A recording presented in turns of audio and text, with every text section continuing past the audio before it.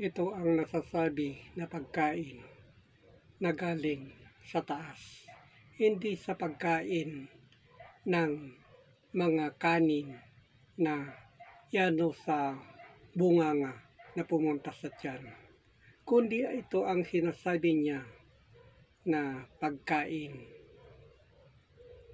sa mabasa sa Hebreo 5:14. Ngunit ang pagkain matigas ay sa mga may gulang, sa makatuwid ay doon sa mga sa pamamagitan ng pamimihasa ay nangasa ang kaniyang mga pakiramdam upang makilala ang mabuti at masama. Kaya ito ang sinasabi niya na pagkain noon sa panahon ni Adan at Eva. Ito ang sinasabi niya na pagkain. Hindi ang sinasabi nila ang mansanas. Pero kung ito kay Moises noon, ang sinasabi niya sa mga kasulatan ay ito ang pagkain galing sa Diyos. Kaya intindihin natin mga kapatid, ito ang nasasabi itong mga nakasulat na sa salita na pumapasok sa isipan at sa puso na pupunta ng Panginoon.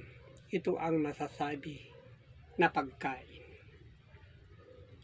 Ito ang mabasa sa 1 Korinto 9:14. Gayon din naman nag-utos ng Panginoon na ang mga nasisipag-aral ng Ebanghelyo ay dapat mga buhay sa pamamagitan ng mga Ebanghelyo. Ito ang sinasabi niya na Ebanghelyo, ito na nakasulat, ito ang pagkain ng isipan natin sa Espiritu. Yan ang sinasabi niya. Ang mabasa sa sa Korinto 10:3, at lahat ay nagsikain ng isang pagkain di ayon sa Ebanghelyo. Kaya ito ang sinasabi niya na pagkain. Ito ay nasa atin. Ito ang karapat-dapat na pagkain sa espiritu natin. Ang mabasa sa 1 Timoteo 4:6, kung ipaalaala mo sa mga kapatid ang mga bagay na ito, ikaw ay magiging isang mabuting ministro ni Jesus na nakandali sa mga salita ng pananampalataya at ang mabuting aral na sinusunod mo hanggang ngayon. Yan ang sinasabi ni Apostol Pablo, mga nakasulat.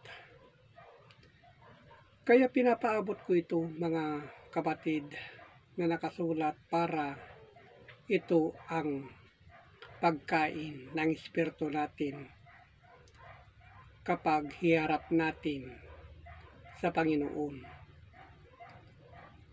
na ito ang aral napupunta sa Diyos. At salamat ng Panginoong Diyos. Amen.